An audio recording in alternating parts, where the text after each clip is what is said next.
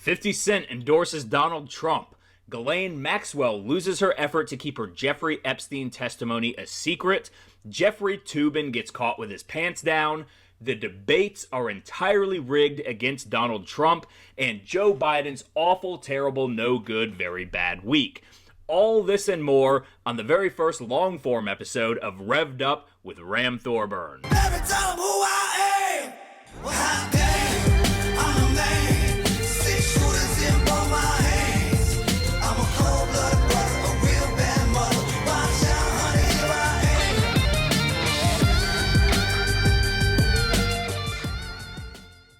Well, I sure picked a hell of a time to switch to a long-form platform as news has been going insane. And I've got a lot to cover today. I mentioned several stories in the beginning that I want to get to first that I think are fun and entertaining, but the big story is going to be Hunter Biden. I know I haven't really talked about it much on the channel yet. That's because I was working on transitioning to this new platform and figuring out how I'm going to do it, and all of the news kept coming out, and I didn't want to keep playing catch-up. So now what I've done is I have taken the entire story and I put it into one concise video. It's going to be later on in the video. Got a few stories I want to get to first, but let's go ahead and get this started off with 50 Cent. So from the Daily Mail here, I don't care Trump doesn't like black people. 50 Cent endorses president because Joe Biden's 60% tax plans for anyone earning over $400K. And 50 Cent endorsed Donald Trump based on his tax policies in a tweet Monday and said he doesn't care Trump doesn't like black people. Now, what I think is kind of funny about this, he says that he doesn't care that Trump doesn't like black people, but I don't think 50 Cent actually believes that. I think what he's doing is that he knows that that is the narrative. He's not going to change the narrative, so he's just saying, you know what? I don't even care if that's true. I am going for Donald Trump. Now, we've all kind of had evidence that 50 Cent was a Trump supporter for a while. In fact, back in, I believe, April, he tweeted a picture of himself or his face superimposed with Donald Trump's hair, and he says something along the lines of, don't talk shit about my president. So I think 50 Cent has actually been a conservative or at least a Republican for quite a while now. He's not very political in a lot of his speech, but I don't think this is anything that really should be too shocking. So the 45-year-old tweeted a shot of the tax rates Democrat candidate Joe Biden and running mate Kamala Harris are proposing in their administration. And so he tweeted this: "What the F? Vote for Trump. I'm out. F New York. The Knicks never win anyways. I don't care Trump doesn't like black people. 62%. Are you out of your effing mind?" So, I mean, he said that whole thing about Trump not liking black people totally in passing. I think it was more of a joke and just like, say what you want. I don't care. That's really what I get the feel from what he's saying about that. I don't think he actually believes Donald Trump has anything against black people. But so they're showing here the top tax rates by state under the Biden plan. You got California at 62.6% and New York City at 62%. And that's for people making over $400,000 a year. And you get a lot of people that are like, "Oh, boo-hoo, you're making over $400,000 a year." Yeah, if you're paying 2/3 of your income in taxes, that means you're bringing home like $140,000 a year. Maybe a little bit more than that. I'm just doing the math in my head. But you're not bringing, it's probably more like $160,000 a year. But if you're making $400,000 a year, this country was never set up for the government to steal 66% of your money. What the hell? No way. No way. But of course, 50 Cent caught flack for it. So you go down here, you go, somebody says, "Pay your fair share. You're rich. Stop acting broke." 62% is not your fair share. That's more than half of what you make. What we need to do is stop wasting money and stop being ripped off by the establishment politicians, which, we've already had Trump talking about his tax plan. He wants to go ahead and cut he wants to cut the 22% tax bracket down to 15%, which would be a huge boon for the working class. And then, of course, we have David Levitt here says 50 Cent can go F himself for choosing his personal wealth over the health of the nation. What a selfish piece of S. Like, you really need to be stealing 62% of somebody's... If a nation needs to be stealing 62% of people's wealth in order to stay afloat, something's wrong with the structural foundation of the nation. And that's not where the health of the nation comes from, how much money they're stealing from you. It comes from the fact that they are spending out of control. And, another similar story, we have Ice Cube has now come out saying that he has been working with Trump on his contract with Black America. So from ABC News, Ice Cube defends advising Trump on plan for Black America. And Ice Cube responded on Wednesday night to an intense backlash in the hip-hop community and beyond after an advisor to President Donald Trump revealed on Twitter that hip-hop star and NWA legend advised the Trump administration on a plan for Black America. And we can see here, this is Katrina Pearson says, shout out to Ice Cube for his willingness to step up and work with real Donald Trump administration to help develop the Platinum Plan. Now, Ice Cube, who has been a very big critic of Donald Trump in the past. In fact, in 2018, he put out a song called Arrest the President. He says, facts. I put out the CWBA, that's the contract with Black America. Both parties contacted me. Dem said we'll address the CWBA after the election. Trump campaign made some adjustments to their plan after talking to us about the CWBA. So essentially what he's saying is that the Democrats reached out and said, yeah, we'll deal with you once we won. Yeah, sure. Trust us. Vote for us and we'll help you out. We'll deal with you. Because that's been the Democrat plan for a long time. Vote for us and then we'll help you, and then they never do. Meanwhile, the Trump campaign, they reached out to him and they said, all right, we're going to sit down, we're going to talk to you now. And then they said, oh, okay, well, you got some good ideas here. Let's adjust our plan. Let's incorporate some of your ideas into what we're doing. They're actually showing a willingness to proactively work with Ice Cube on this. And of course, Ice Cube has been taking a ton of flack for this. A ton. So we've got Jelani Cobb here saying, the wild thing is that Eazy-E went to a fundraiser at the George H.W. Bush White House in 1991 and got criticized about it for the rest of his life, which was like 3 more years. Ice Cube apparently forgot about that when he decided to collaborate with an infinitely worse administration. So we have all of these people going out. Ice Cube is now having to defend himself against all of these people. He's just trying to do good for the black community, and he'll work with whoever will work with him. That's the smart thing to do. And all of this flack, I guarantee you, it's going to push Ice Cube into Donald Trump's corner, because Donald Trump actually listened. Donald Trump actually made adjustments to his plan after listening. They showed an openness to work with him. Who do you think is going to be voting for now, especially after all of the crap that he's taking from going and reaching across the aisle and seeing if there are any avenues to explore there? Pretty sure he's going to be voting for Donald Trump when it all comes down to it. You know, we'll see how this flat keeps coming and how Ice Cube keeps pushing back, because he's certainly not backing down, which good on Ice Cube. He should not do that. He should not back down. And it's kind of funny because we're actually seeing a rise in pro-Trump, and if not pro-Trump, at least anti-leftist hip-hop coming out now. I've done some music video reactions on my channel, and I've done a couple for this artist named Burden, who's coming out, and he's really putting out some really cool messaging. We've got Tyson James, Bryson Gray. We've got Tom McDonald, of course, has been out there pushing back against the SJW culture for a long time, doing an incredible job. Struggle Jennings has been putting out some stuff that has been talking about the stuff that's going on with the deep state. There's been a lot of stuff going on. Mises has put out, Trump 2020. There's been a lot of hip-hop artists out there that are now all on the Trump train. And I think that's really, really interesting. And it really defines a cultural shift. Now, speaking of a shift, we now have Ghislaine Maxwell, who she has been fighting to get some certain testimony that has lurid details about her and her relationship with Jeffrey Epstein held back. And it looks like that attempt is now failing. So we have this from Yahoo News. Ghislaine Maxwell loses bid to keep her Epstein testimony secret.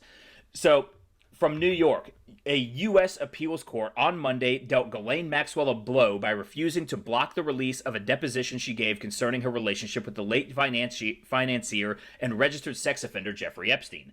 The Second U.S. Court of Appeals in Manhattan said there was a presumption the public had a right to see Maxwell's 418-page deposition, which was taken in April 2016 for a now settled civil defamation suit against her. In an unsigned order, the court also said U.S. District Judge Loretta Preska in Manhattan did not abuse her discretion in rejecting Maxwell's meritless arguments that her interests superseded that presumption. No, Ghislaine Maxwell's personal interests supersede damn near nothing. Damn near nothing. Because America wants to get to the bottom of all of this. And it's perfect timing, too, because there's now a book that has come out by what's it? Barry Levine. I believe it's Barry Levine, and it's called Spider Inside the Criminal Web of Jeffrey Epstein and Ghislaine Maxwell. And yes, this is from Barry Levine. And there are shocking new bombshells coming out. I guess it's hard to say anything is now shocking when it comes to Jeffrey Epstein because he has done some of the most lurid, disgusting things that we could possibly imagine. But, so, from The Sun, dying days, Epstein gossiped about Trump and Clinton and said, I'm motivated only by women to prison pals during his last days. So Jeffrey Epstein gossiped about Bill Clinton and Donald Trump during his last days. The book also claims that prison staff may have tried to cover up Epstein's death by incorrectly reporting the incident to 911 operators in the moments after the disgraced financier was found dead in his prison cell to prevent an onslaught of media reports. The bombshell allegations made in The Spider, an in-depth investigation into the billionaire pedophile and Ghislaine Maxwell by author Barry Levine, was published on Tuesday, which is today. So this book just came out today. The Sun has exclusively obtained an early copy of the highly anticipated book and can reveal how Epstein's two assigned prison companions spent hours talking with Epstein in the days and weeks before his death. They give a unique insight into the man accused of raping and sex trafficking multiple women and children. And now, the whole thing about Donald Trump, it honestly is not very incriminating. So we all know that Donald Trump knew Jeffrey Epstein and that he flew on one of his planes once. I don't think it was the Lolita Express. It was a different plane. So one of his prison pals, William Dollar Bill Mercy, who ran an escort business and was serving time for fraud, reveals Epstein once told him a story about flying on a private jet with Trump and a French girl. Trump asked Epstein to land his plane in Atlantic City, according to the book, but Epstein refused, saying it was full of white trash. Wow, very elitist of you, Epstein. The girl I was with, because she was French, asked me, what does white trash mean? And Donald Trump told her, that would be me without the money, Epstein was quoted as saying. Now, that is a funny Trumpian line. Of course, we can ask, what was Donald Trump doing with Jeffrey Epstein? But we also know that, they were friends at one point and they had a huge falling out, and this was before Epstein's 2008 arrest, and that Trump was later quoted as saying, I had a falling out with him a long time ago. I don't think I've spoken to him for 15 years. I wasn't a fan. And apparently he kicked him out of Mar-a-Lago, and that was also months before his original arrest. So I think what happened was Trump found out about who Jeffrey Epstein really was, what he was involved in, what he was engaged in, and cut the ties, said, nope, I want nothing to do with this man. And that's something that we're going to have to keep in mind, because we heard that there has been affidavits, or not subpoenas for flight logs from his 25-year-long pilot. And I believe it was the Virgin Islands, somewhere down in the Caribbean. They are subpoenaing flight logs for 25 years of Jeffrey Epstein's plane. And one thing that we're going to have to keep a level head about is that not everybody on those logs is going to be guilty of anything. There are going to be people who didn't know what they were getting involved in, who they were getting involved with. I mean, imagine you meet somebody at a club, oh, hey, this is Jeffrey Epstein. He's yada, yada, yada, this and that. And Jeffrey Epstein starts talking about how he has this private island where he hosts these awesome parties and flies on his private jet down there and says, hey, you should come sometime. Who would say no to that? Who would say no to that if you don't know what is going on? I mean, that sounds like a rockin' time. Sure, yeah, I'd be game for that if somebody gave me that opportunity. Now, of course, if I knew what was really going on, I'd back the hell away and say, not a chance in hell. I don't want to be wrapped up in this. But we all know how people work. So while in prison, Epstein then told Mercy about Bill Clinton's days as a Lothario, adding that the former president can't do anything like that now because he's had a couple of heart surgeries. So apparently Bill Clinton was, we already know that his marriage to Hillary Clinton didn't mean much by way of fidelity. Let's just put it that way. And so apparently he was quite the Lothario at one point. But I think what's most interesting is when we get down to the information about his death. So A series of Freedom of Information Act requests obtained by author Barry Levine reveal a chaotic scene at Metropolitan Correctional Center in the minutes and hours after Epstein was found dead in his cell. The first 911 call was made at 6:37 a.m., 4 minutes after Epstein was found hanging in his cell requesting emergency medical attention. That's a weird wording. I don't think Jeffrey Epstein was requesting medical attention. I guess the 911 call was requesting medical attention. A minute later, the NYPD reported an aided case, which means that someone was in need of medical attention. However, later transcripts show that the call was recorded as a POS arrest. The reference was an indication that the jail was requesting an ambulance in connection with a possible criminal arrest rather than anything suggesting a cardiac arrest had occurred, the book states. Peter Gleason, a criminal defense attorney and retired veteran of New York Police and Fire Departments, told the author that he believes the prison deliberately misreported the event to prevent photographers and journalists from showing up at the scene. Now, there are other bombshells coming out of this book as well. And this is where it gets a little less bombshelly and more like it's disgusting, but it's Epstein, so kind of what do we expect? So Jeffrey Epstein's sex slave, Virginia Roberts, was told to drink blood during an assault. So Epstein asked one of his underage victims to suck the blood of another victim while he was assaulting the pair. It is one of the many previously unreported incidents involving Epstein and his young victims that is recounted in Barry Levine's new book, The Spider, Inside the Criminal Web of Jeffrey Epstein and Ghislaine Maxwell, set to be released, today. So, an interview with journalist Sharon Churcher, Roberts recalled in one instance, previously unpublished, in which a girl's thigh became bloody during an S&M encounter, writes The Spider author Levine. When the girl asked Roberts to drink her blood, Roberts was disgusted. Okay, so I guess it was the girl that asked Virginia Roberts. Now, that's really weird. That is really weird. Roberts was disgusted. I said, Jeffrey, it's getting too weird. He drew the line, and after that, he got rid of the other girl. So, I guess it was this other underage girl that was into some really weird stuff. Yeah, that's disgusting. So in approximately 2004, Maxwell this is another piece from where Maxwell is trying to improve her situation. And her attorney writes that in approximately 2004, Maxwell received a typewritten letter from Epstein with a handwritten note asking Maxwell to remain in Epstein's employ and promising that no matter what Maxwell chooses to do, Epstein would always support Maxwell financially.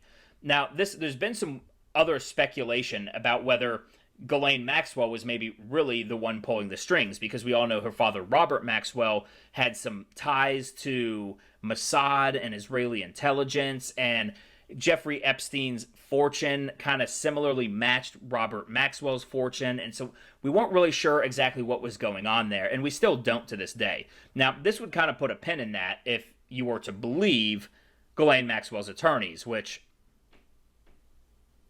I don't exactly believe Ghislaine Maxwell's attorney.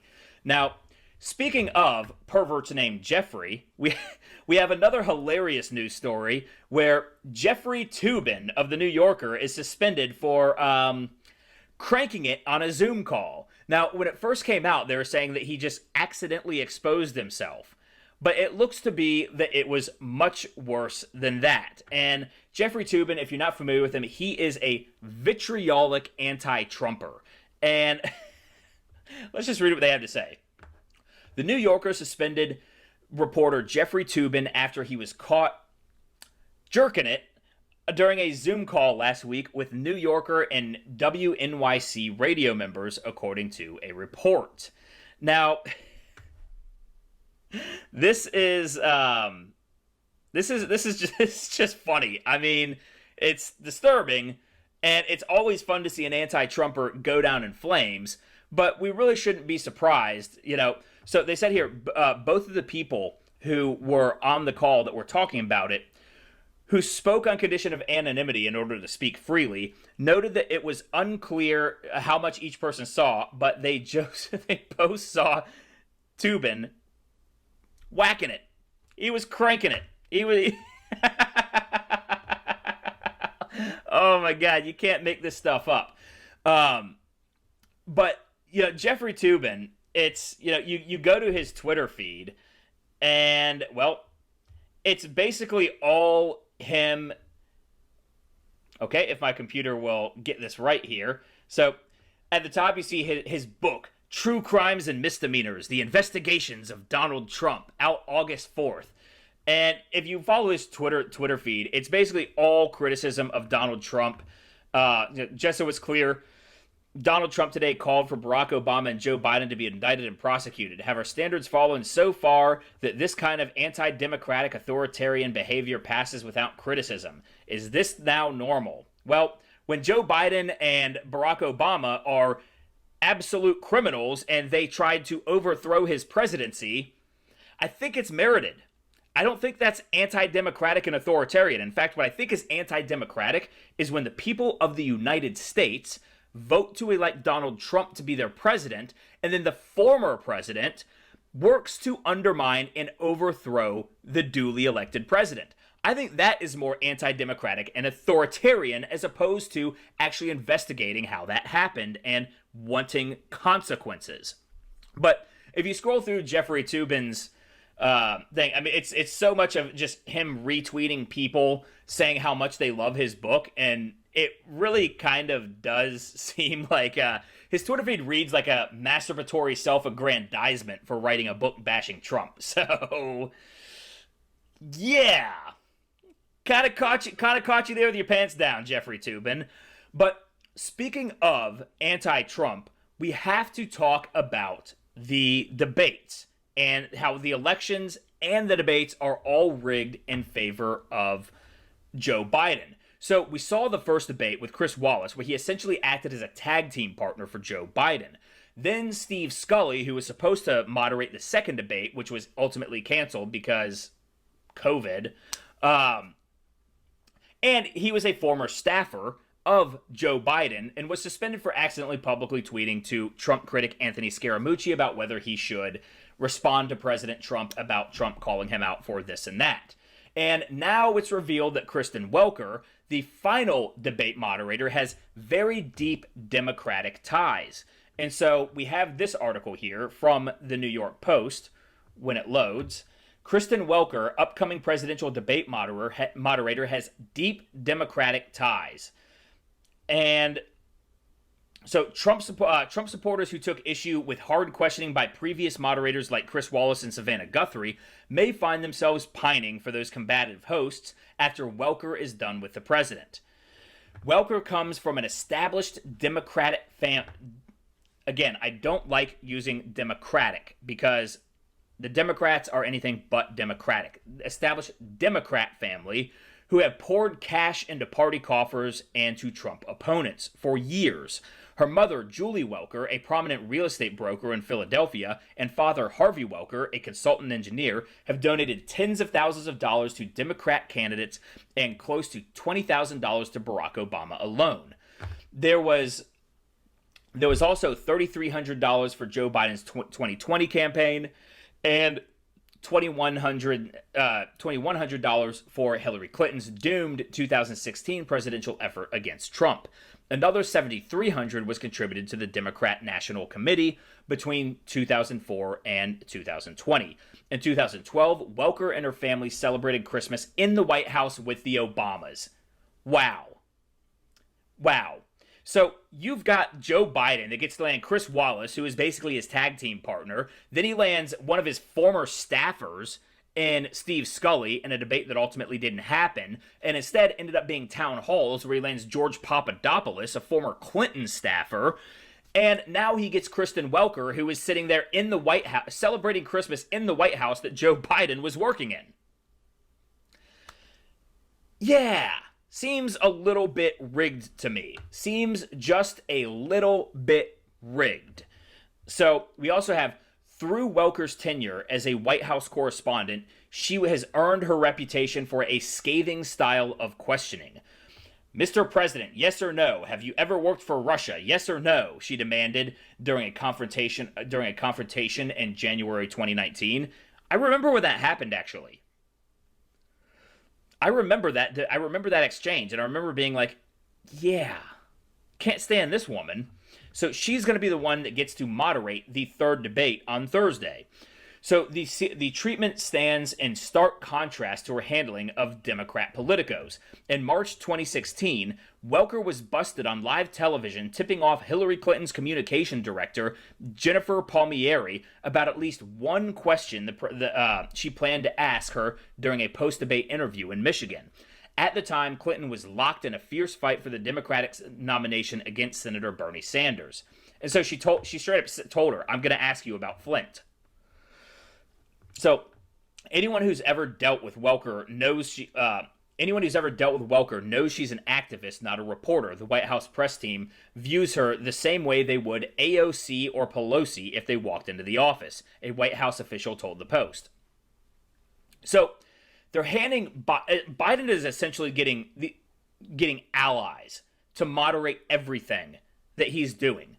They're asking him softball questions. In the town hall the other day, they didn't ask a single question about the whole Hunter Biden story, which we're going to be getting to in just a minute. I got a long, thorough breakdown of the Hunter Biden story coming up, so I know we're building up to it, but we're going to get there. So it's not just the moderators, though, that are kind of favoring favoring Joe Biden in this. It is also the commission. So let's see here. It's not just the moderators. The debate commission seems to also be in the bag for Joe Biden as well. And we have this here from Town Hall. Once it loads. I thought I had all these pulled up and ready to go. I guess they got to reload every time I click a new tab. So, Donald Trump campaign blasts debate commission for last-minute topic changes. The Trump campaign is blasting the Presidential Debate Commission after last-minute topic changes on Thursday's final showdown between President Donald Trump and former Vice President Joe Biden. The debate was originally set to be focused on foreign policy. After emails emerged in the New York Post about Joe and Hunter Biden's foreign money schemes, specifically with the Chinese Communist Party and Ukraine, the topics were changed. So when damning evidence that came out that led about foreign policy, which is what the debate was supposed to be about, the debate commission just said, "Oh no, we don't want to hurt Joe Biden. Let's change the subject." This is collusion at the highest order. This is systemic corruption in our entire electoral process. And this is all because of the left. Because the left has always said that the personal is the political and that everything is political. The people on the left, you cannot hire them to do a job without bringing their politics into it, without them shading the job that they do with politics. That is why the left is a cancer that needs to be excised from American society. And I don't mean liberals. We need two balanced wings of sides that disagree with each other in this country. I'm talking about the far left, the autocratic left, the authoritarian left, the socialist communist left. You know, there is a difference between leftists and liberals. It's the leftists we need to do away with, that we need to excise. But liberals, I'm fine with. But the liberals also let the left run so far left. I mean, maybe they didn't. I don't know. That I should maybe place blame on them for that. But let's get back to this article. So this is the letter that they wrote. "We write with great concern over the announced topics for what was always billed as a foreign policy debate in the series of events agreed to by both the Trump campaign and the Biden campaign many months ago. The topics announced by moderator Kristen Welker: fighting COVID-19, American families, race in America, climate change, national security, and leadership, are serious and worthy of discussion, but only a few of them even touch on foreign policy." That's pretty accurate. And most of them were also already covered in Debate 1. So Trump campaign manager Bill Stepien wrote to the commission in a letter Monday. Indeed, most all of them were discussed at length during the first debate, won by President Trump over moderator Chris Wallace and candidate Joe Biden. As is the long-standing custom, and as has been promised by the Commission on Presidential Debates, we had expected that foreign policy would be the central focus of the October 22nd debate. We urge you to recalibrate the topics and return to subjects that had already been confirmed. You can't change the debate topics at the very last minute. These debates take some prep work. I guarantee you Joe Biden knew about this bait and switch long before the Trump team did too, giving him an additional advantage in preparing for these new subjects. And I guess some of them are really old and recycled subjects. What it is because COVID, they're including fighting COVID, of course, because they think that's the one way that they can really beat down Donald Trump. And because they didn't do it enough in the first debate, they didn't do it enough in that second town hall with Trump, they got to come back for a third serving of trying to beat Donald Trump over the head with not being able to just wave a magic wand and make a microbe disappear. So, Stepien accused the commission of covering repeatedly for Biden and turning his election cycle debate season into a fiasco. And they absolutely have. They are doing this entirely to cover up the fact that these emails have come out and that Joe Biden, if he starts talking about foreign policy, Donald Trump is going to murder him. It is going to be game over. So, we understand that Joe Biden is desperate to avoid conversations about his own foreign policy record, especially since President Trump has secured historic peace agreements among Israel, the United Arab Emirates, and Bahrain. And also, let's talk about Kosovo and Serbia. Was it Serbia? Yeah, I think it was Serbia and Kosovo. Donald Trump is winning big on the foreign debate, on the foreign policy debate. He's also bringing our troops back and withdrawing troops from Afghanistan and from all over the world and trying to end the cycle of endless wars that Joe Biden was part of manufacturing. So they know that any debate between Donald Trump and Joe Biden is going to be Donald Trump just walking up on stage and just mollywomping the hell out of Joe Biden. Joe Biden will crumble under a foreign policy debate. So, excuse me. We recall that Biden's former Secretary of Defense, Robert Gates, maintains that Biden has been wrong on nearly every major foreign policy and national security issue over the past 4 decades. Biden has supported endless wars and given aid and comfort to our adversaries, including Iran, which was delivered pallets loaded with mountains of cash just as 4 Americans were released from captivity in Tehran. Biden also has advanced the interests of China over his 47 years as a Washington politician, putting their concerns ahead of those of American workers. Yes, and it looks like he's been getting paid handsomely to do so. New information recently revealed indicates that Biden himself was mentioned as a financial beneficiary of a dealing arranged by his son Hunter and the Communist Chinese-related energy company. If a major party candidate for president of the United States is compromised by the Communist Party of China, this is something that Americans deserve to hear about, but it is not surprising that Biden would want to avoid it. It is completely irresponsible for the commission to alter the focus of this debate just days before the event solely to insulate Biden from his own history. And that is what it is all about. It is all about trying to insulate Joe Biden. But the debate commission announced another change that will allow them to cut off Donald Trump's mic, which I guarantee you they will do when he tries to go after Biden for his corruption. So we have another article here from Town Hall. The Commission on Presidential Debates announces a change ahead of Thursday's debate. And this was just yesterday. So three days before the debate, they're announcing changes to how it is all going to work and is going to benefit Joe Biden. The Commission on Presidential Debates on Monday announced a change for the final debate, which is scheduled for Thursday night. The candidates' microphones will be muted periodically throughout the evening. The debate is set to be divided into 6 segments that are 15 minutes each for a total of 90 minutes. Each candidate will be given 2 minutes to provide their response to a question the moderator proposes. The opponent's mic will be muted while they answer to prevent interruptions. Once the 2 minutes are over, microphones will be unmuted and an open exchange can take place. Now, how much do you trust that they're just going to mute Donald Trump during those first 2 minutes? In fact, if Kristen Welker is the moderator and if she has control over the button, I can almost guarantee you that anytime Trump starts digging into Joe Biden, she's going to freak out, panic, and press that button and deal with the consequences later. Which is likely going to be a career ender for herself, and it's not going to stop this information from getting out, so good luck to you, Kristen Welker. Do your worst. But this is going to be all about making sure that they keep Donald Trump in check. Now, of course, this is all due because of the emails with Hunter Biden coming out, which brings us to our big bread and butter story, and that is the Hunter Biden, Joe Biden email scandal. Now, before we get going on our main story, I want to remind everybody to hit that like button, share this video, subscribe to the channel if you haven't already, and hit that notification bell because we all know it's voices like mine that are first to be taken out back and old yellered by the folks at Big Tech.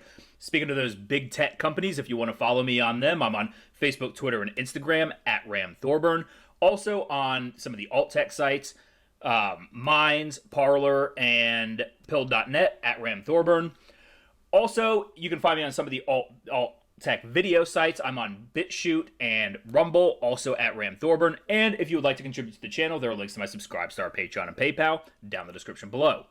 Now, let's get into this story about Hunter Biden, because this is the big story. So let's start with a recap of what we already know. So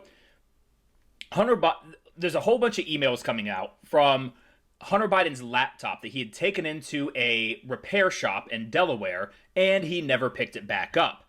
Now, after a certain amount of time passes, the computer and all of its documents become the property of the shop, and so that is essentially what happened.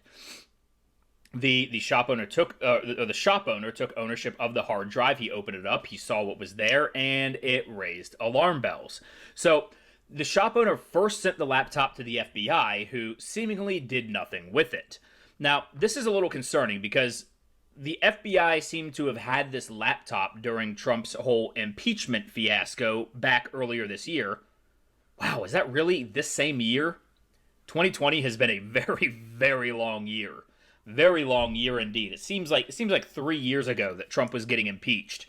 So the FBI had all this information, yet they said nothing during the whole impeachment process, which is a little disconcerting because the Democrats literally impeached Trump for wanting to investigate everything that is now being revealed through Hunter Biden's laptop. So maybe there's some other things going on, but this makes Christopher Wray look a little suspect, and maybe a Comey 2.0, or I guess actually Andy McCabe was Comey 2.0. I guess this would be Comey 3.0, which really goes to show you that at the top of all of these organizations, the political side of it, all corruption.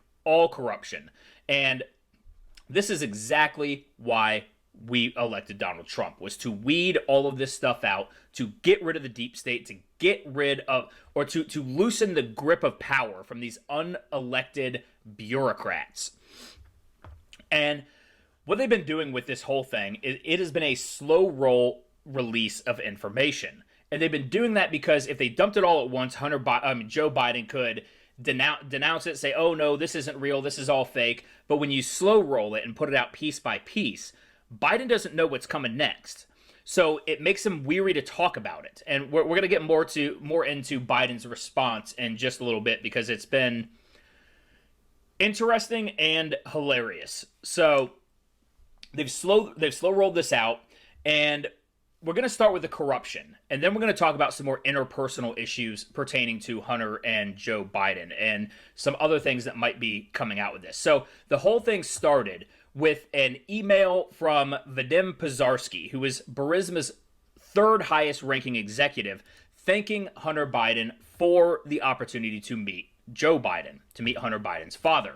And so we have this article here from the New York Post, and this was Smoking Gun Email Reveals How Hunter Biden Introduced Ukrainian Businessman to VP Dad.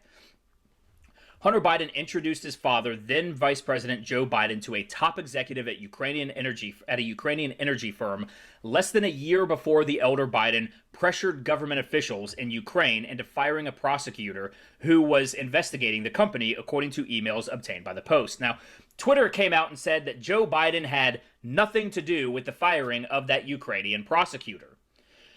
His name was Viktor Shokin. Viktor Shokin was the prosecutor's name. Now, that's funny because you can pull up a YouTube video of Joe Biden himself bragging about doing just that. He's sitting there talking to a crowd of foreign policy people, and he's talking about how he's trying to get this Ukraine to fire this guy, or they're not going to give him the aid money. And they said, "Oh, well, you don't have the power to do that, and you're not the president." And he says, "Oh yeah, call the president. I'm out of here in 6 hours. I'm wheels up. If I'm out of here and he's not fired, then you're not getting the money." And he says, "Well, son of a bee, he got fired." So he's sitting there bragging about doing exactly that. So Twitter is out there absolutely lying to the American people on behalf of Joe Biden. And it's such a terrible lie because all it takes is anybody with any sort of proactive measures to just go to YouTube, look it up, and there you have it. You can see that it is a flat-out lie. There is absolute, undeniable, undisputed proof that that's a lie, that he had nothing to do with that. So, back to this article. The never-before-revealed meeting is mentioned in a message of appreciation from that Vadim Pozharsky, an advisor to the board of Burisma, allegedly sent to Hunter Biden on April 17, 2015, about a year after Hunter joined the Burisma board at a reported salary of up to $50,000 a month. Dear Hunter, or actually we have the email right here. Let's just read it straight from the picture.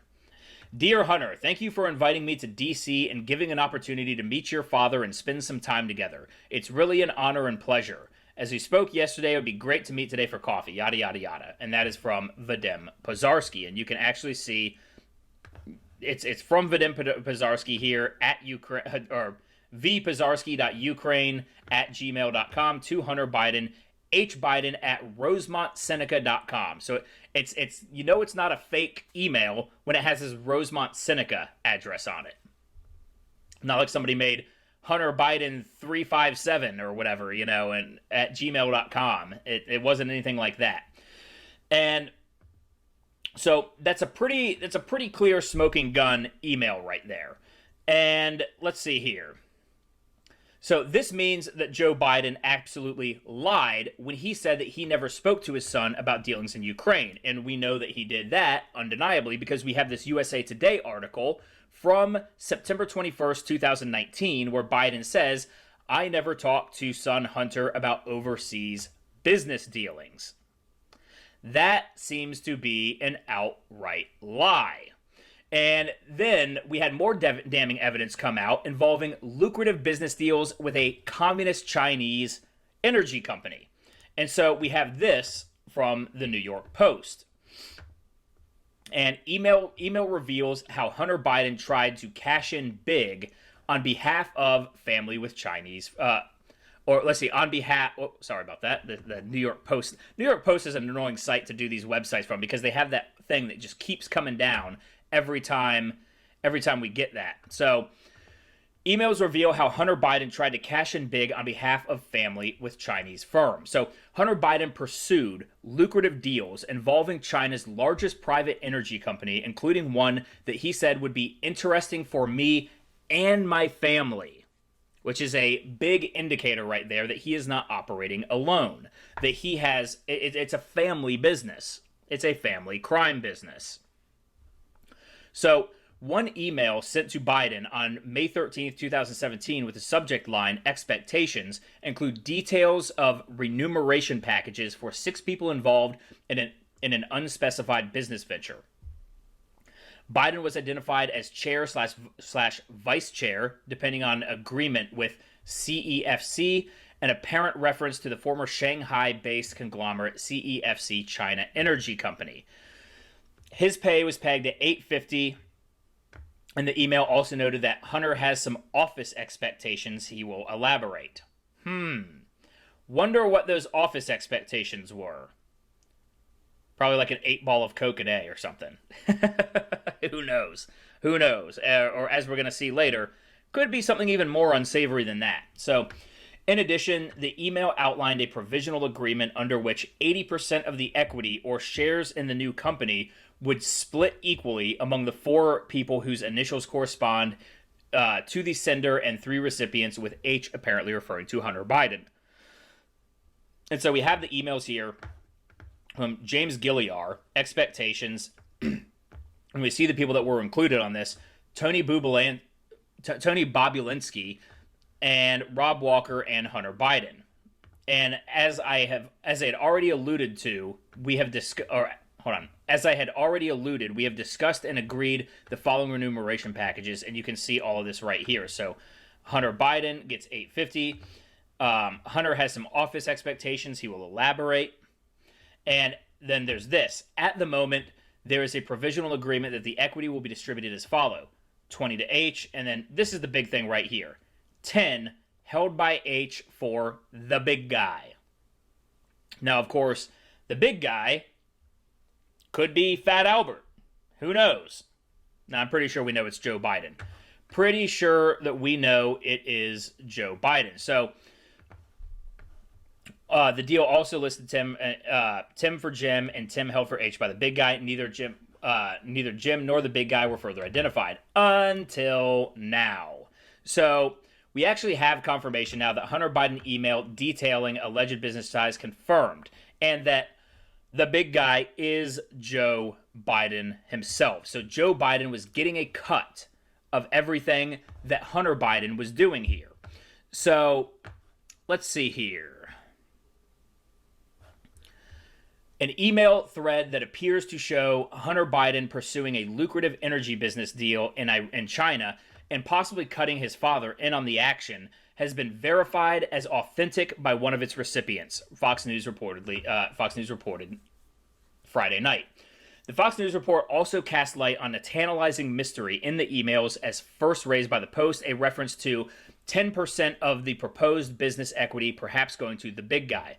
The big guy was a reference to Joe Biden, Fox revealed, citing unnamed sources. Now, I typically don't like anything involving unnamed sources because that's kind of a mode that the left does whenever they attack Trump. Everything is unnamed sources. But Fox's source verifying the emails are authentic is not named, but the network said the person is someone copied on the thread. So it is one of the people in that email. So at least they're whittling down who it could be, which makes it lends a little bit more credibility to the whole story. Now, we also have some text messages, or actually, hold on, let's see here.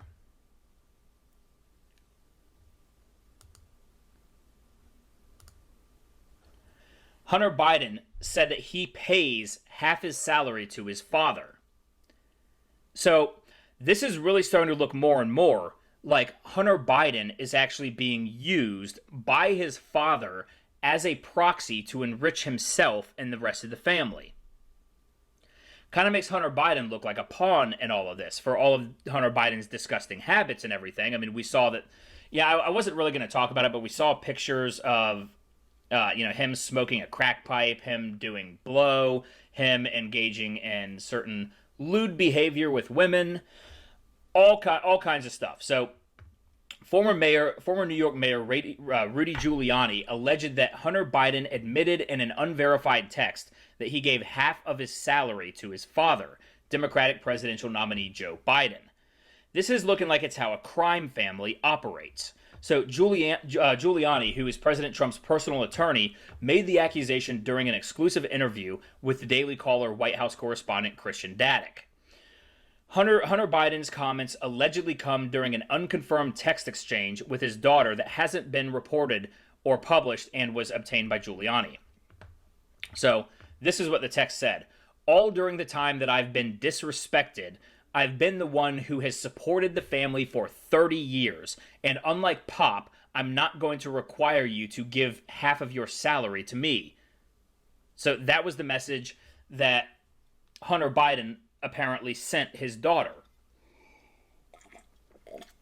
Now, what's interesting is he says he's supported the family for 30 years, which seems to indicate that this has been a long, ongoing thing where Joe Biden has been enriching himself using his son, and it appears, Hunter Biden appears to be sick of it. He's talking about how he's been disrespected and how half of his salary is being usurped by his father, Joe Biden. Joe Biden appears to be absolutely using Hunter Biden, his own son, and treating him essentially as a shield. So you look at all these deals, and do you really think that a company like Burisma or the Chinese government is actually going to create these deals with Hunter Biden? Hunter Biden is known to be a crackhead. Do you think that they're really going to be opening up these deals unless Joe Biden was attached to it? Which really seems to be that Hunter Biden is the front for Joe Biden. He is the lip man. He pays the lip service and works out the deals, and then he holds the money and he buys the houses for Joe Biden. He is the person who handles all of Joe Biden's money. Yet, of course, he's a total degenerate crackhead. So they're not going to get into business with Joe Biden, and or they're not going to get into these deals with Hunter Biden, and it's kind of funny because he is using his own son as a human shield to guard himself from these deals blowing back on him politically.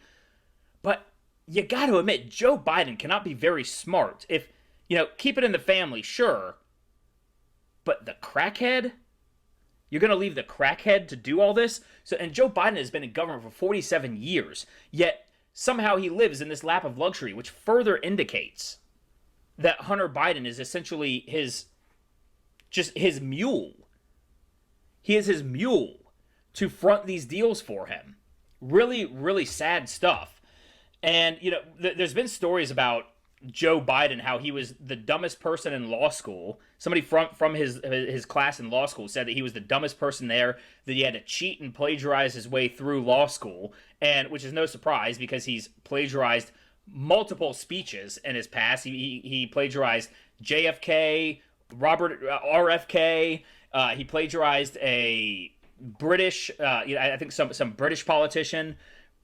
So, I mean, it's kind of like, is Joe Biden really this dumb? Well, maybe he actually is. Maybe he is this much of an idiot. But back to this story here. Giuliani alleged that the unverified text was direct evidence that Joe Biden leveraged his political power in the U.S. government to receive bribes from foreign actors through his son. Giuliani recited the alleged text from Hunter Biden after Daddick pushed him on not having direct evidence of corruption. Now, what's interesting is that there are more text messages. So, let's see here. Well, it could be that he's just okay, so there are some elements of this story that do raise some questions about whether Hunter Biden maybe intentionally did this, releasing the emails. And this is pure speculation, so don't quote me on this. I'm not conspiracy theorizing or anything like this. I'm just trying to make sense of certain things that seem a little odd. I mean, it could just be that these people really are that stupid. So, well, it really could just be that Hunter Biden is a total crackhead who took his laptop in, left it at the shop, and forgot everything, and these left all those text messages between him and Joe, and maybe that's the case. Maybe he did just forget about it. But you look at this other story where we see some text messages between Hunter and Joe Biden. So text messages show raw and intimate exchange between Joe and Hunter Biden. And so we have this a raw series of text messages show Joe Biden offered fatherly comfort as his son Hunter lamented from a rehab facility. And I'm not gonna, let's just read the text messages here. So Joe Biden tweeted his son, "Good morning, my beautiful son. I miss you and love you, Dad." Now that sounds sweet, but let's see what Hunter Biden has to say about all of this. Come on, New York Post, stop with this fold down menu. It's really obnoxious. I'm trying to get everything centered right here. So, all right, there we go. All right, so Hunter responds, "Oh, good morning from fucking rehab. I haven't spoken to her in 2 weeks. I haven't asked for a thing from anyone. Does Maureen Dowd points to me as the reason you'll most likely lose it? It was understandable that having lost so many so close to him, Biden. I guess this was a quote from Maureen Dowd, who I think was running Biden's campaign. Says, it was understandable that having lost so many so close to him, Biden would hold the troubled Hunter tight, and he was doubtless upset about the public nature of the divorce. And then Hunter Biden texts, the troubled Hunter. This isn't just Kathleen. This is your staff. And so there are more text messages. I haven't been in the vicinity of a single fucking person in that circle in over 2 years. Every bit of information they use against me is coming from all the people that love me. Jesus Christ. Do you not see what just happened? Your team just made me the uncontrollable, troubled, tax cheat philanderer, sex and drug addict, and that you tried so hard to fix but couldn't. They just totally wrote my life away. And if you try and say otherwise, I'll have a hard time understanding how you rationalize this shit. For fuck's sake, Hallie, for the first time in 17 days, talks to me to say I'm an embarrassment to my family. You think she doesn't feel comfortable saying that, knowing there is no price to pay. No one pays any price. Huh. No one pays any price. Well, Dad, the truth is that you and Hallie, as you and Hallie point out, I am a fucked up addict that can't be trusted, relied upon, nor defended. If you don't run, I'll never have a chance at redemption. So it seems like, Hunter Biden is just an absolute mess, and it seemed like he was having an emotional breakdown there too. So, it could just be that, Biden is a total crackhead who left his whole laptop and everything at the store. These text messages between him and Joe make you wonder if there was some sort of sick, or if he was sick of being mistreated and treated as a mule, being used by his father and his father's campaign and all the surrogates around him, and decided to bring the whole house of cards toppling down. Because you see him sitting here talking about how no one ever pays the price. And he's talking about how they're throwing him under the bus and how all of that. Now, it is pure speculation, but you have to wonder whether Joe Biden essentially forced his own son to be his corrupt crony, and while simultaneously just treating him with no respect. And you can look at some of these. Text messages, and you can see where he's saying, "I'll run, but I need you. H is wrong. Your only focus should be recovery, nothing else. Your girls are so truly amazing and very focused. Naomi is very upset with Kay. When you can and feel like it, call with a positive text." And so it sounds like Joe Biden actually does love and care about Hunter Biden, but at the same time, that's also what abusers do to people that they abuse, is they make, they keep them in the saddle by making them feel loved. And so it's tough to really know what's going on with Hunter Biden here in all of that. Whether he was just, you have to wonder, like, apparently Hunter Biden said that this goes back 30 years. That he has been paying for the family for 30 years. And if Hunter's drug issues, maybe they stem from the fact that he has not had any control of his own life, that he's just essentially been a pawn for his father his entire life and has never really gotten to live his life and uses the sex and drugs as escapism. That could be possible. So let's talk, though, about the political ramifications of this story, because no one in the Biden camp is actually denying the veracity of any of this. We've had nobody come out and say that none of this is true. And that's part of the reason why they did the whole slow roll.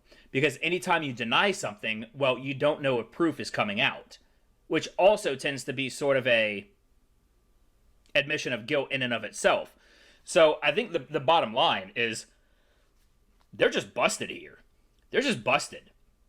In fact, Hunter Biden's lawyer actually reached out to the shop that Hunter Biden took the computer into and asked for the drive back, admitting that it was Hunter Biden's hard drive. So that's kind of not even a question anymore. That's an admission of ownership of the hard drive. And the Biden campaign is essentially running and hiding from this entire thing, which makes the situation a lot worse. You know, I've heard some people say that the best thing that Biden can do is to just come out and fess up to Hunter Biden, admit to certain things, apologize for it, and hope that the American people can forgive him for it. But no. Instead, what they do is from the New York Post, Biden calls a lid on his campaign events until after the debate with Trump. Essentially, 2 weeks before the election, taking almost an entire week off from campaigning.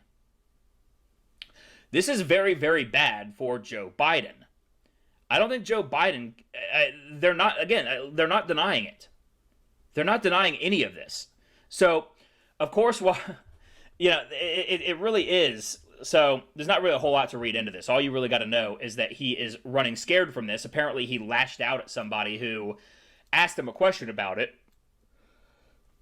Some reporter asked him about it, and he lashed out and basically said, "This is what you do. This is what you do." So he didn't deny it there either, though.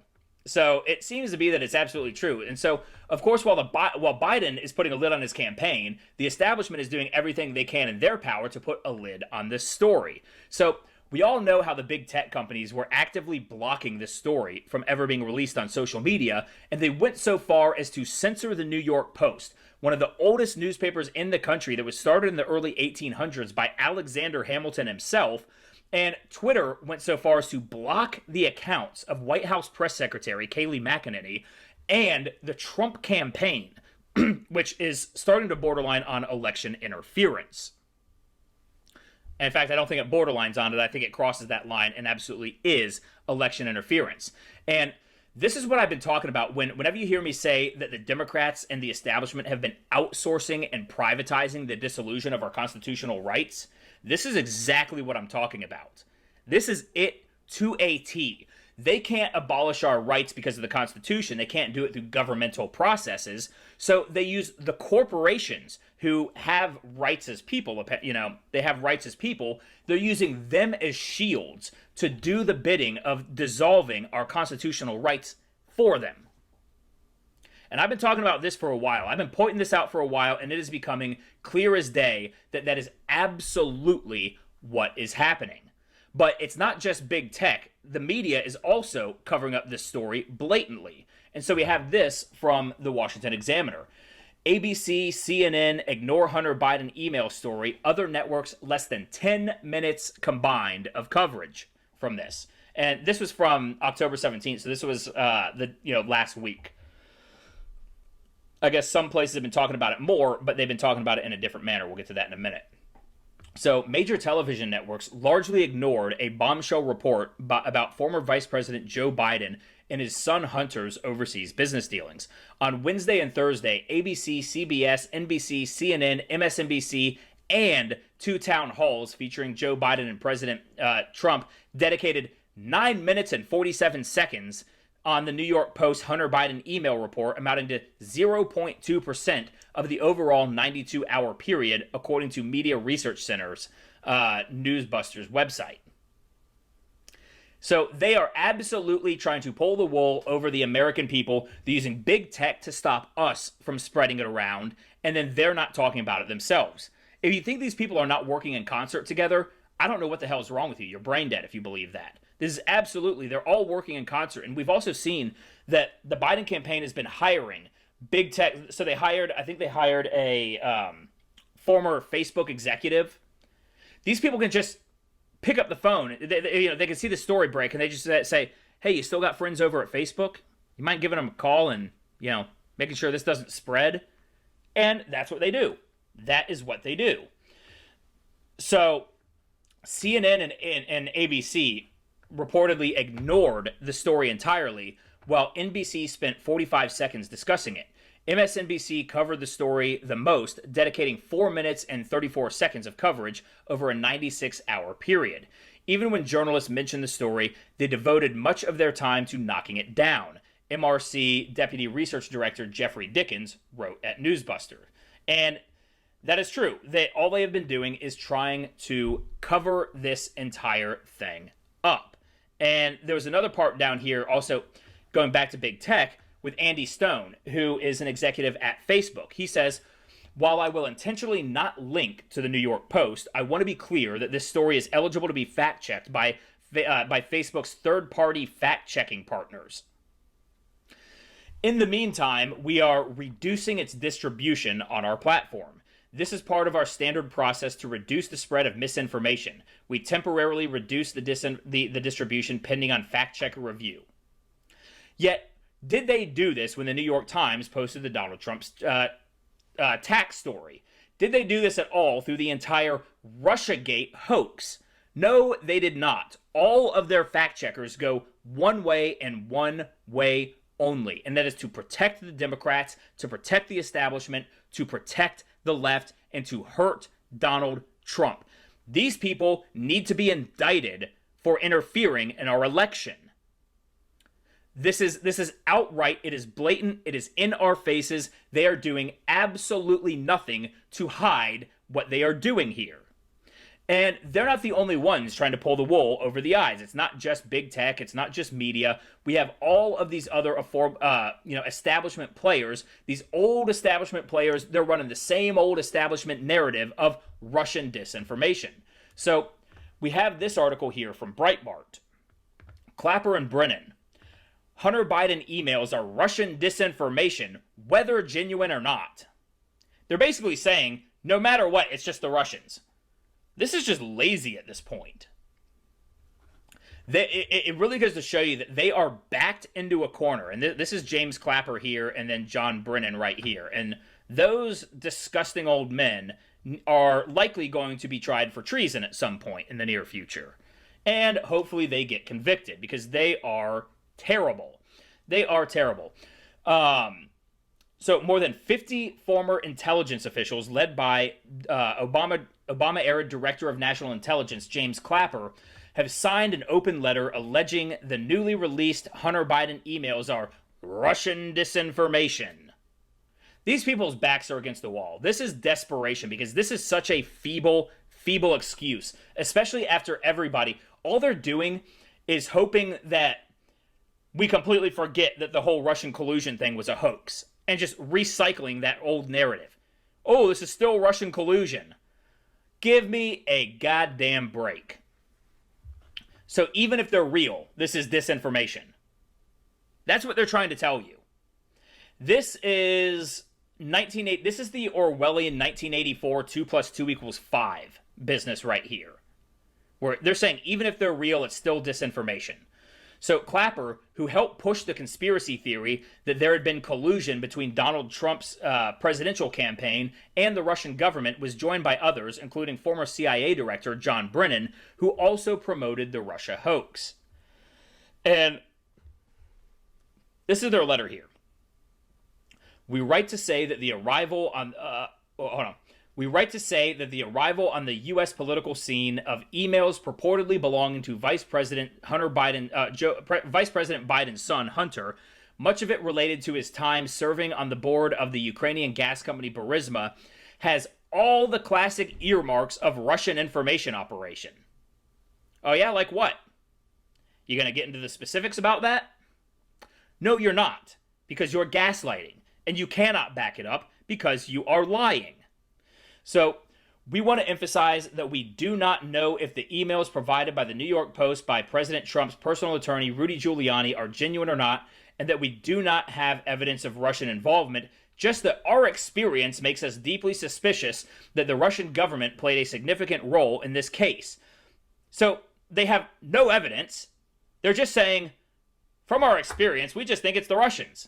Well, from our experience with James Clapper and John Brennan, we think they're full of shit. And that they're covering up their own asses because they know that they are implicated in so much of the stuff that is going to be uncovered about the whole Obama administration, and even going further back. So they say, if we are right, this is Russia trying to influence how Americans vote in this election, and we believe strongly that Americans need to be aware of this. I think what they need to be aware of is that you pushed the Russian collusion hoax for 2 years and are still trying to push it despite the fact that it has been absolutely dismissed. And it's also been coming out that it was a Hillary Clinton plan to pin that on Donald Trump while she colluded with the Russians. Absolutely pathetic. Absolutely weak. Weak. And they're not the only ones. Adam Schiff is now even claiming that this is coming from the Kremlin. So we have here from Fox News, Adam Schiff claims that Hunter Biden email stories come from the Kremlin. They do not know when they have absolutely lost. Because they are, I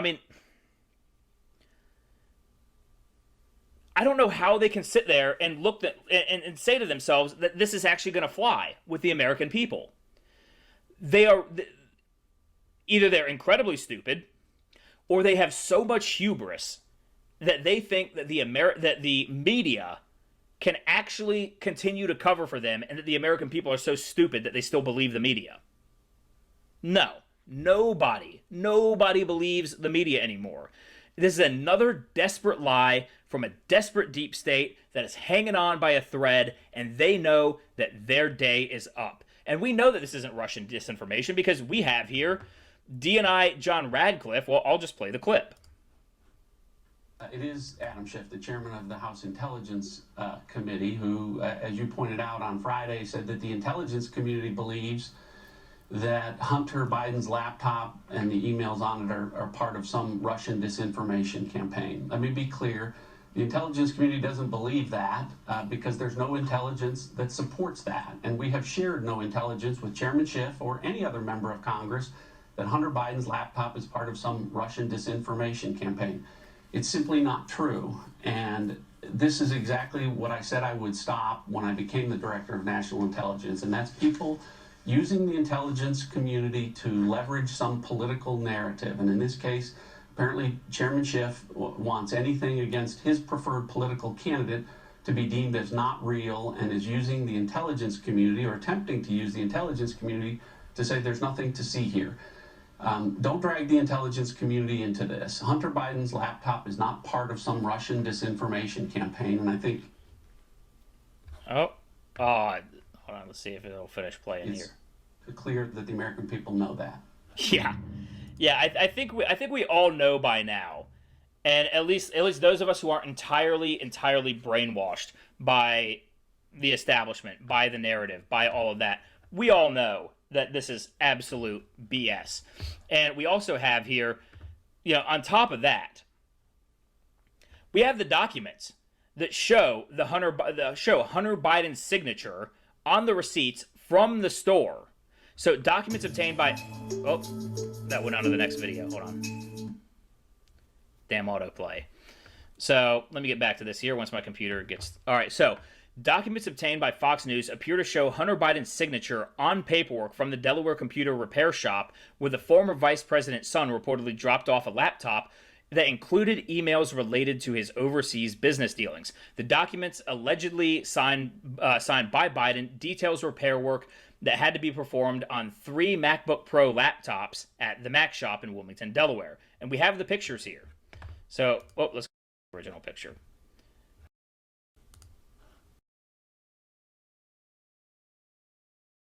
Doesn't freeze on me. Sure.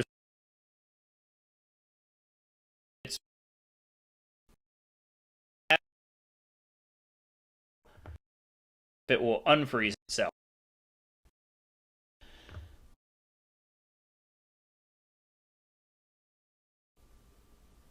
All right. My computer's going haywire. Sorry. Let me straightened out here, and still freezing. All right. Things to cover on this, but we actually have Hunter Biden's signature on the Mac store a second ago, but we now have a breaking story. Also, if my computer can click over to it, otherwise I might have this a little further than I wanted to. So let's see if my computer will unfreeze. Yes, sources tell Fox News the FBI has a purported Hunter Biden laptop. So FBI is in possession of the laptop containing Hunter Biden's emails and John's assessment not part of a Russian disinformation campaign. Excuse me. So, there goes that narrative. There goes that narrative. We have both the Director of National Intelligence and the FBI saying that, nope, this is real. This is the real deal Holyfield. And it is all coming to an end. Now, the question is, we have to wonder what else is on Hunter Biden's laptop. Because we already know that they've been slow rolling it, and it seems like they've been releasing new things every day. Well, we had this tweet from One America News Network's Chanel Ryan, who, I think that's how you pronounce her name, Chanel Ryan or Chanel Rion. She says, just saw for myself behind-the-scenes look at Hunter Biden hard drive, drugs, underage obsessions, power deals. Druggy Hunter makes Anthony Weiner's down under selfie addiction look normal. Biden crime family has a lot of apologizing to do. So does big tech. Now, the big thing I want to highlight right here is the underage obsessions. And we've got a new story coming out now from the Washington Examiner. You just made the connection. Top senator asked if FBI investigated child pornography on Hunter Biden's laptop. So Hunter Biden could... Now, I released a video recently talking about Hunter Biden being tied to prostitution and human trafficking rings in Russia and Ukraine. If you haven't seen that video, you should go back and watch it. But nothing at that point indicated that they were underage girls. It's looking more and more that that might be the case, and that Hunter Biden was involved in very Epstein-like operations.